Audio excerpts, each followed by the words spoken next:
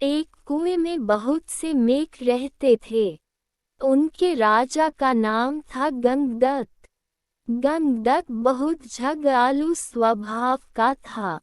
आसपास दो तीन और भी कुएं थे, उनमें भी मेघ रहते थे।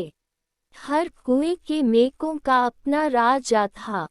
हर राजा से किसी न किसी बात पर गंगदत्त का झगड़ा चलता ही रहता था। वह अपनी मूर्खता से कोई गलत काम करने लगता और बुद्धिमान मेघ रोकने की कोशिश करता तो मौका मिलते ही अपने पाले गुंडे मेघों से पिटवा देता। कुएं के मेघों में भीतर गंगदत्त के प्रति रोष बढ़ता जा रहा था। घर में भी झगड़ों से चैन न था।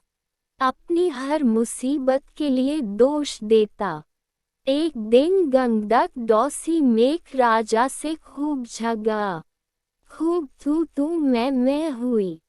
गंगदत्त ने अपने कुएं आकर बताया कि डौसी राजा ने उसका अपमान किया है।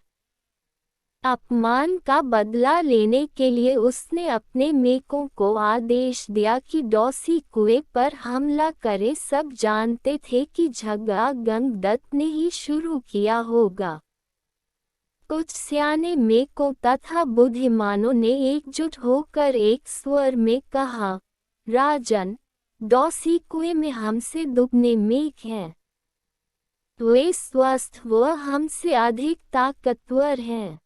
हम यह लड़ाई नहीं लड़ेंगे। गंगदत्त सन रह गया और बुरी तरह तिलमिला गया। मन ही मन में उसने ठान ली कि इन गद्दारों को भी सबक सिखाना होगा। गंगदत्त ने अपने बेटों को बुलाकर भड़काया, बेटा, डौसी राजा ने तुम्हारे पिताश्री का घोर अपमान किया है। जाओ, डौसी राजा के बेटों की ऐसी पिटाई करो कि वे पानी मांगने लग जाएं। गंगदत्त के बेटे एक दूसरे का मुंह देखने लगे। आखिर बड़े बेटे ने कहा, पिताश्री, आपने कभी हमें डराने की इजाजत नहीं दी। डराने से ही मेघों में बल आता है, हौसला आता है और जोश आता है। आप ही बताए कि बिना हौसले और जोश के हम किसी की क्या पिटाई कर पाएंगे।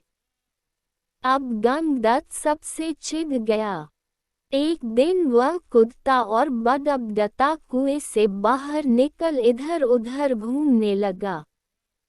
उसे एक भयंकर नाग पास ही बने अपने बिल में घुसता नजर आया।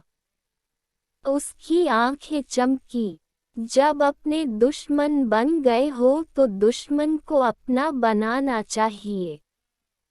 यह सोच वह बिल के पास जाकर बोला, नागदेव, मेरा प्रणाम। नागदेव फुफकारा, अरे मेघ, मैं तुम्हारा बैरी हूँ।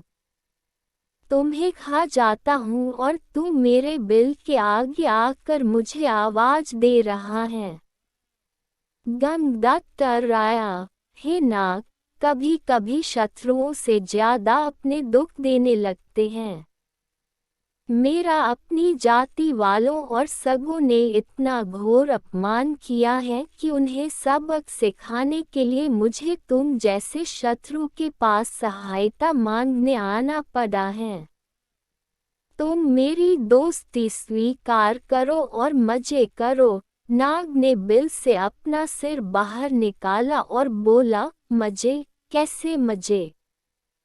गंगदत्त ने कहा, मैं तुम्हें इतने मेघ खिलाऊंगा कि तुम मुटाते मुटाते अजगर बन जाओगे। नाग ने शंका व्यक्त की, पानी में मैं जा नहीं सकता। कैसे पकड़ूंगा मेढक? गंगदत्त ने ताली बजाई, नाग भाई, यही तो मेरी दोस्ती तुम्हारे काम आएगी। मैंने डौसी राजाओं के कुओं पर नजर रखने के लिए अपने जासूस मेढकों से गुप्त सुरंगें खुदवा रखी हैं। हर कुएं तक उनका रास्ता जाता है।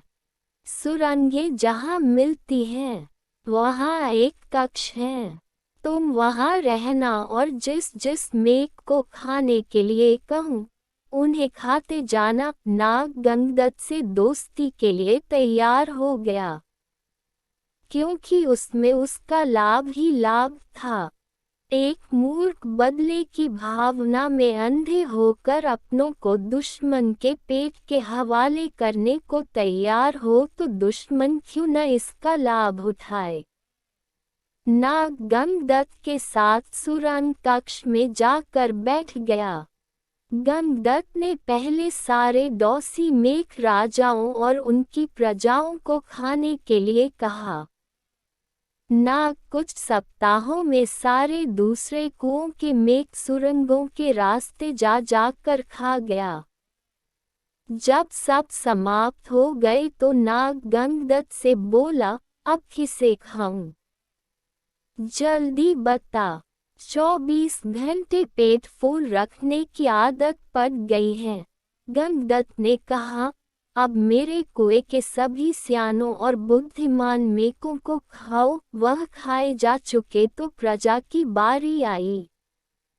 गंगदत्त ने सोचा, प्रजा की ऐसी तैसी हर समय कुछ न कुछ शिकायत करती रहती है। उनको खाने के बाद नाग ने खाना मांगा तो गंगदत्त बोला, नाग मित्र, अब केवल मेरा कुनबा और मेरे मित्र बचे हैं। खेल खत्म और मेघ हजम। नाग ने फन फैलाया और फुफकारने लगा, मेघ, मैं अब कहीं नहीं जाने का। तू अब खाने का इंतजाम कर वरना इस गंगदत्त की बोलती बंद हो गई।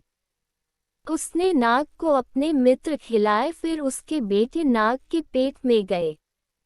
गंगदत्त ने सोचा कि मैं और मेकी जिंदा रहे तो बेटे और पैदा कर लेंगे।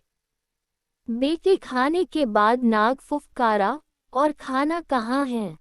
गंगदत्त ने डरकर मेकी की ओर इशारा किया। गंगदत्त ने स्वयं के मन को समझाया, चलो बूढ़ी मेकी से छुटकारा मिला। नई जवान मेकी से विवाह कर नया संसार बसाऊंगा।